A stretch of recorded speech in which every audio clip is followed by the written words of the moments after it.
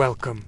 Wherever you are, however your day has unfolded, this is your time now, a soft place to land, a quiet world to slip into, where stories move slowly, where magic docent tea dazzle but hums gently in the background, like a forgotten melody playing just for you. Tonight's journey will take us past the final pages of the tailies you think you know. Not the part with the dragons, the balls, or the curses broken, but what came after the happily ever after, because fairy tales don't end when the wedding bells stop ringing. That's where they begin to settle. Into routine, into questions, into days that stretch out, long and quiet and real. In this 2-hour story, we'll walk through for gentle chapters. We begin with what it really felt like to suddenly become royalty when you weren't raised to be one. Then we'll check in on Snow White, not in the woods or under glass, but trying to find her footing in a court that remembers her as a symbol, not a person. After that, we'll explore the strange objects that fairy tales leave behind, mirrors that murmur, slippers that never fit quite right, and finally, we'll meet the overlooked people who keep these kingdoms running, the forgotten advisors, the background heroes, the quietly bored nobility. It's a calm, unraveling knot of drama, but of rhythm, of texture, of what lingers after the enchantment fades. So find your breath, let it slow, and if you fall asleep at any point, that's perfectly fine. These stories will keep unfolding for you, gently and without urgency. Let's begin. The quiet panic of becoming a princess. You know how the story ends. The slipper fits, the spell is broken, the prince takes your hand. The crowd cheers. There is music and dancing, and that final glowing promise, happily ever after. But what happens the next morning? Let's imagine that together. You awaken not in your familiar little room, but in a bed so large it feels like a boat. The sheets are cool and smooth, stitched with symbols you don't recognize. A canopy hangs overhead, and somewhere in the distance, bells are ringing not for joy, but because it's time for the palace to wake. A maid appears, silent, efficient. She bows, but doesn't speak. She washes your face with a cloth scented faintly of lavender. She combs your hair so carefully, it makes your scalp tingle. You sit there quietly, not because you don't want to speak, but because you don't yet know what words you're expected to say. Soon, they dress you. The gown is heavier than anything you've ever worn. It requires 2 women to button and tie. The corset pulls your breath tight, and you find yourself standing straighter than you ever have because, if you don't, the boning presses into your ribs. When you look in the mirror, you see someone you almost recognize. She looks like but not quite. Her posture is regal, her hair neatly pinned, her smile practiced. You are a princess now, but you don't feel like one. As you step into the hall, the guards straighten, servants bow, but their eyes linger too long not with malice, but with quiet curiosity. You are the girl from the woods, from the ashes, from the stories. You are not one of them. Not yet. Breakfast is a formal affair. The prince, your husband, sits beside you, but there's distance between you.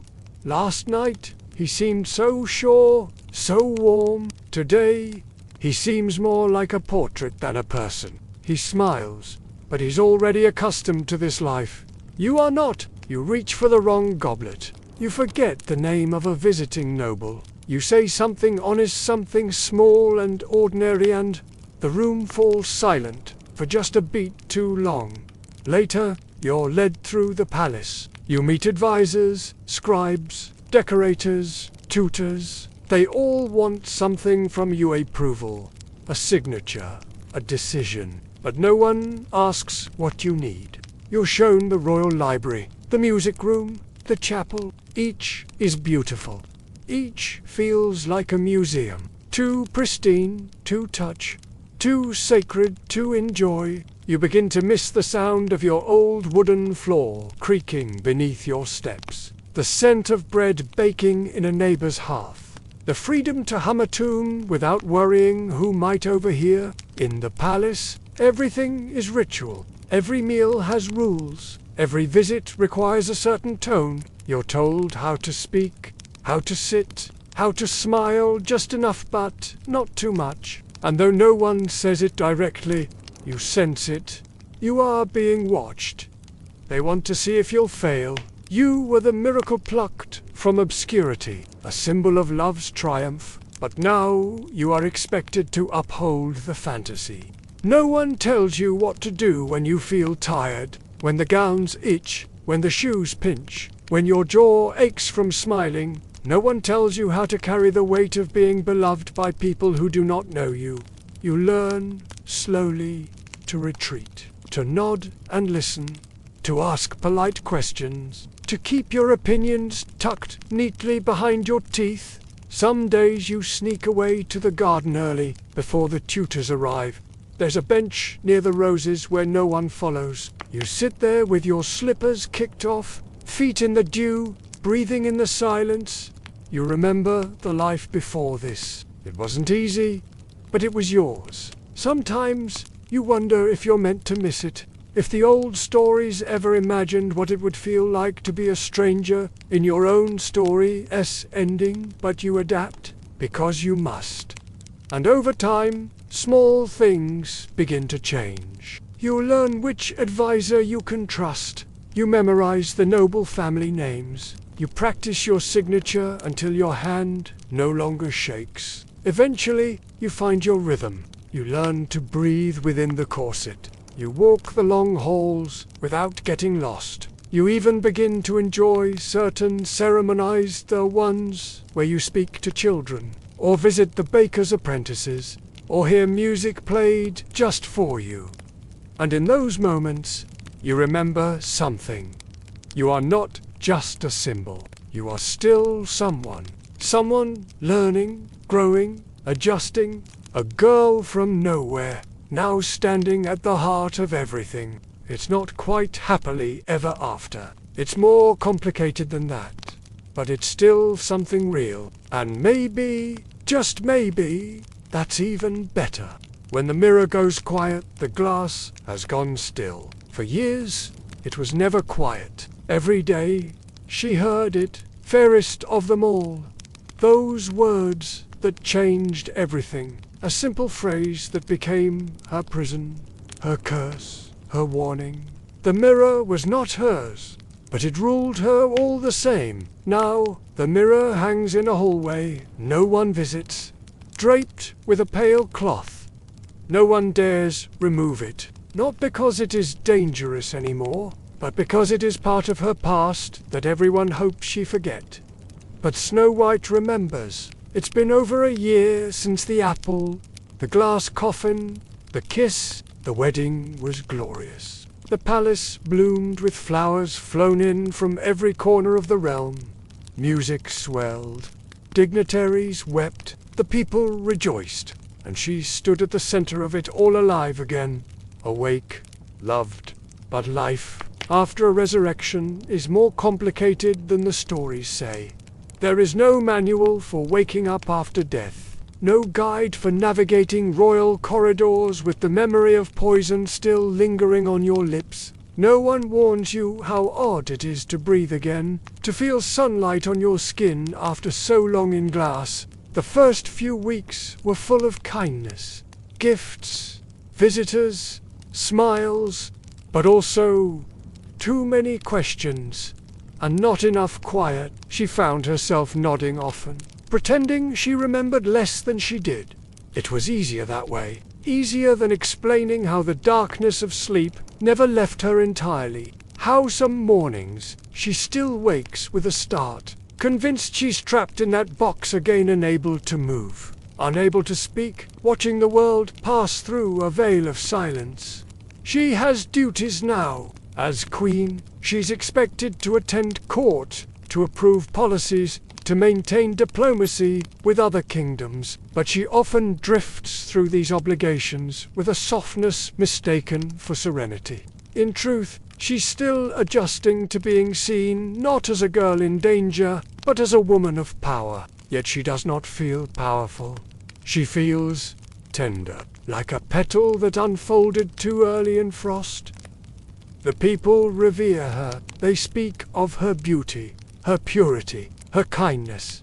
They call her a miracle, but their reverence is like glass, too clear, hard, and a little cold. They adore the idea of her, the symbol, the legend. Few want to know the girl who once swept a dwarven cottage, humming to birds and crying by candlelight. Sometimes she returns to the woods.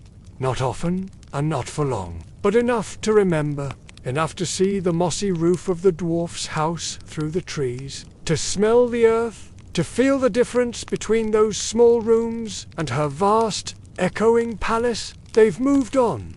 The dwarfs, they write to her, occasionally, sweet letters, carefully inked, but she knows they've returned to the rhythm of their old lives, and she doesn't want to disturb it. Back in the palace, there's the matter of the Queen's chamber. Her stepmother's old room has been locked for months now. Snow White has never entered it. She requested it be sealed, but sometimes, walking past it at twilight, she feels a chill in the stone. Her husband, kind and earnest, never mentions the past. He doesn't ask about the apple. He doesn't speak of the mirror. He means well, of course. He believes that silence is kindness. But silence is where the ghosts live. And so Snow White begins to write, not publicly, quietly, in a journal hidden beneath her bed, wrapped in soft cloth. She writes about the forest, the birds, the strange loneliness of the poisoned sleep. She writes about the sensation of weightlessness in the coffin, about the moment she awoke not with a jolt, but with a feeling like rising from deep water.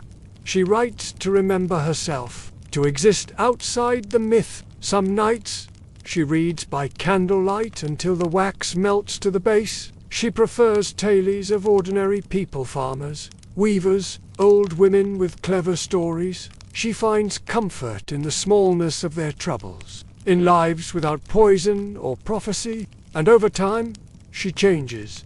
Her hair grows longer. She asks for simpler dresses. She requests fewer portraits, fewer public appearances.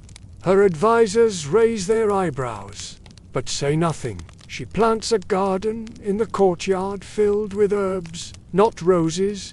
She tends it herself, kneeling in the dirt, pressing her hands into the soil. She feels grounded in a way the throne never offers. One day, she removes the cloth from the mirror. It doesn't speak. She stares at her reflection, not to seek beauty, but to find herself. The girl who survived. The woman who still wakes each morning, even when the dreams are heavy. The mirror is just glass now, and she is not afraid of it. In the stillness of her second year, Snow White discovers something more enduring than ever after. A quiet kind of peace, one built not on magic, but on patience. One shaped by the slow rhythm of real days, not the swift rush of story endings. She is not the fairest, she is not the miracle, she is simply here, alive, awake, and enough. The lingering enchantments we leave behind. Every fairy tale ends with something left behind. A shoe on the stairs, a mirror gone quiet, a spindle tucked in a dusty attic. They are never the center of the tale, just objects, props, symbols. But what happens to them once the story ends? They remain tucked into closets, locked behind doors, sealed in velvet-trapped chests, resting in the quiet corners of enchanted palaces. This is the story of those things. Let's begin with the glass slipper. It was never made of comfortable material. Despite what the artists paint and the minstrels sing, glass does not bend. It does not forgive. When Cinderella first wore the slippers, they pinched the edge of her toes. but they were beautiful. And sometimes beauty must carry pain.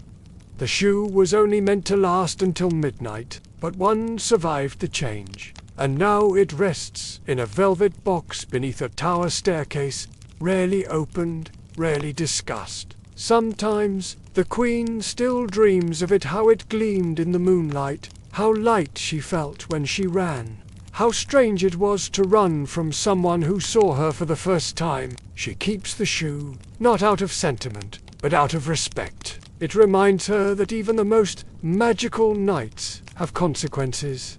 Now let's move to the spindle. Long ago, someone locked it away in a turret few people visit, behind a door hidden by ivy and dust. The spinning wheel sits there still, its wood dry and dark with age. No one dares touch it, but sometimes, if you're quiet and near, you can almost hear the whir of the wheel like a whisper caught in the grain. No one has used it for generations, and yet its curse lingers faintly in the air. A sleeping beauty once pricked her finger here. Time folded around her like a blanket. The kingdom forgot how to move, and when she awoke, everything was different. Her parents were gone. The world had changed, but the spindle remained. A reminder of how fragile time can be, how one thread pulled wrong can unravel an entire kingdom. Next, the mirror, not the one in Snow White's hallway, but another, older, cracked in the corner, kept in a sealed vault beneath a forgotten palace. This mirror no longer speaks, but its surface holds the faintest shimmer of something not quite natural. Once it showed beauty, now it reflects doubt. The queen who owned it is long gone. Her name is spoken in cautionary tales, her image soft by time. But the mirror does not forget. Its surface is smooth but cold. It remembers every face that ever peered into it, asking questions that should never have been asked. And then there are smaller things. A comb with a silver tooth missing. A ring that glows faintly when touched by moonlight. A cloak that grows heavier in fog. A chessboard where the pawns never fall over, even when These are fairy tale leftovers. Residues of spells. Echoes of meaning. Not dangerous, not exactly, but not ordinary either. Some believe objects can remember, that the stories woven into them hum quietly when held. A slipper remembers the foot that danced in it. A spindle remembers the sting of a finger. A mirror remembers the faces it flattered, and the ones it betrayed. In royal collections, these items are kept in velvet drawers and glass cabinets, but some find their way into attics, toy boxes, even market stalls. Not every enchantment is noticed. A child plays with a wooden soldier who stands straighter than the rest. An old woman wears a shawl that always smells of jasmine, though no one knows why. A merchant finds a comb that tangles in anyone's hair but his daughter's. And life goes on. The enchantments dim, but they never fully disappear. There is something comforting about that, because while fairy tales often end with a kiss, or a crown, or a morning sun rising over a peaceful kingdom, they also leave behind the little things. The forgotten, the quiet, the haunted, and maybe that's part of the magic too. Not the drama, not the triumph, but the quiet aftermath. The stories we don't tell, the rooms we don't open, the objects we tuck away, not because we're afraid, but because we remember. Because even in a world of spells and princes, the past still lingers, and in the hush of a palace, long after sunset, you might just hear the slipper shift in its box, the mirror sigh softly beneath its cloth, the spindle hum in the silence, not calling for attention, just existing like a memory you didn't know you kept. The ones who linger in the background. Not everyone in a fairy tale wears a crown. Not every hero swings a sword or breaks a spell with true love's kiss. There are others, quieter, slower, less applauded. They stand at the edge of the story, just outside the light of legend, but without them, the kingdom wouldn't hold together. Let's spend time with those people now. The ones who arrange the tapestries before a royal announcement, the ones who chart the stars in dark towers and adjust wedding dates accordingly, the ones who carry scrolls, not swords, who keep records, not secrets but often stumble into both. We'll begin with the royal advisor. You've seen him before, though you may not have noticed. Graying at the temples, often draped in deep green or wine-colored robes. He stands just behind the throne, never too close, always a step behind, always watching. He speaks in a low, even tone, one that calms kings and softens queens. He has served 3 rulers, possibly more. His hands are soft, but his gaze is firm. He knows the rhythms of the court better than anyone. He's memorized every noble's family tree and every servant's name. He walks the palace as if it breathes knowing, where the warmth gathers near the kitchens in winter, and where the floor creaks near the guest wing. But he is not ambitious. He gave that up long ago, because he knows something most don't, that true power rarely wears a crown. It lives in proximity, in whispers, in timing. Each morning, before the castle stirs, he walks the corridors alone. Not because he must, but because it helps him think. There, in the soft echo of early dawn, he recites treaties from memory, rewrites speeches in his head, and wonders how the young queen is really doing beneath all the layers of duty and pageantry. He remembers her as a girl, sharp-eyed, uncertain. Now she wears velvet and smiles like a painting. But in small moments, when she adjusts a ribbon or forgets a name, he sees the girl again, and he reminds her, gently, of who she still is. His job is not to lead. His job is to anchor, and that, in its quiet way, is a form of heroism. Next, let us wander to the scribe's chamber, a long, narrow room filled with shelves and scrolls, and the smell of dry ink. Candles flicker above parchment. There's a subtle hum of quills scratching paper. It's not a sound that demands attention, but it never stops.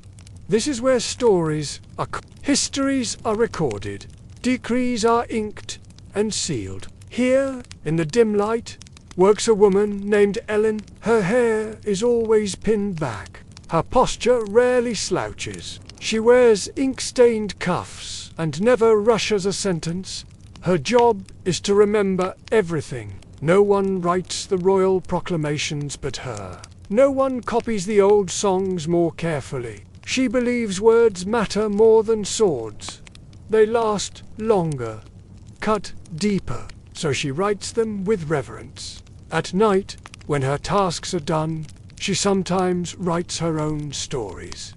Not about princesses or dragons, but about the cooks, the gardeners, the boy who delivers honey from the village each spring. She believes they matter, too. That someday someone might want to know who planted the roses in the east courtyard, or who stitched the lining of the Queen's coronation cloak, because history, she says, is made by many hands, and most of them never get mentioned. Now let us follow a shadow through the kitchen. Holds a boy with soot on his sleeves and calluses on his fingers. His name is Thomas, and he is a chimney sweep. Barely 15, he crawls through the bones of the castle. He knows its hidden spaces, the forgotten stairwells, the tiny doors beneath the tapestries, the beams where dust has rested for centuries. He's no noble, but he knows things the nobles do not. He once found a hollow space behind the Queen's dressing room. Inside, tucked carefully between bricks, was a folded letter. He never opened it, but he wonders still who wrote it. and whether it was ever missed. Thomas doesn't speak much, but he listens to everything, and he dreams not of riches, but of safety, of being useful, of never being forgotten once the soot fades. And what of the bored nobility? Those who were born into silk and raised on ceremony. They are rarely the villains of these stories, nor the heroes. They are drifting. Take Lady Aurelia, for instance. She lives in a tower suite with 10 windows and not enough books. Her gowns are exquisite. Her gloves are hand-stitched by artists. But she walks her rooms in circles. She writes letters she never sends. She listens to music but cannot play it. She watches the horizon and wonders what lies beyond it, but never leaves. Sometimes, when the court gathers, she speaks too bluntly. People call her odd or difficult, but she is only lonely.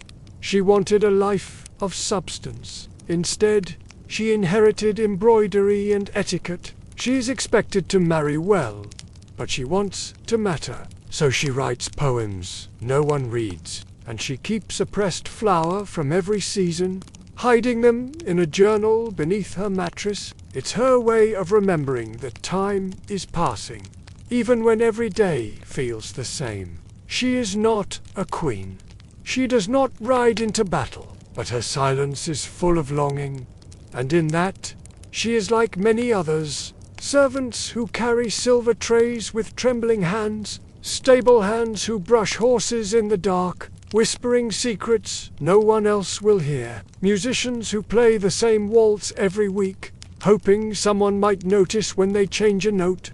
These are not the people fairy tales follow, but they are always there, holding the story up, giving it shape, filling the silence between magic and memory. And perhaps, in the quiet hours of the night, when the chandeliers are dim, when the throne room is empty, when the last candle flickers out, they're the ones who keep the kingdom breathing. Because every story needs a center, but it also needs a background.